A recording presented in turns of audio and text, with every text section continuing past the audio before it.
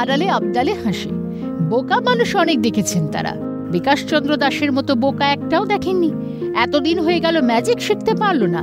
বিকাশচন্দ্র দাস কৃষ্ণগঞ্জ ব্লকে শিবনিবাস পঞ্চায়েতের পদ্ম শিবিরের উপপ্রধান। এ পদে থাকলে মোটামুটি একটা দোতলা বাড়ি, একটা 4 চাকা, একটা দুটো ব্যবসা করে নেওয়াই যায়।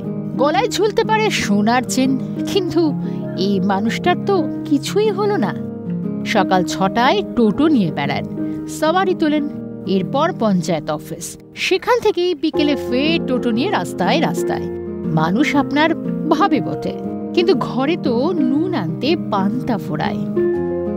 আজ দীর্ঘ 4 বছর ধরে আমি টুকটুকি চালাই। আমি সকাল 6টা থেকে 10টা সাড়ে 10টা পর্যন্ত টুকটুকি চালাই। তারপরে পঞ্চায়েতে আসি, পঞ্চায়েতে কাজকর্ম সেরে বাড়িতে যাই, বাড়িতে গিয়ে আবার আমি টুকটুকি নিয়ে বেরোই।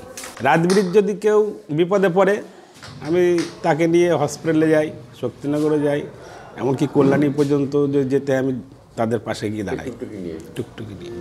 এই মানুষগুলোর জন্যই এখনো রাজনীতির প্রতি মানুষের বিশ্বাস থাকে। এই মানুষগুলোর জন্যই সততা কথাটা রয়ে গিয়েছে অভিধানে।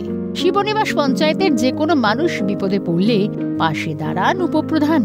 দল গোষ্ঠী সবকিছু অপ্রয়োজনীয় কথা তার কাছে। তিনি শুধু মানুষের পাশে থাকতে চান।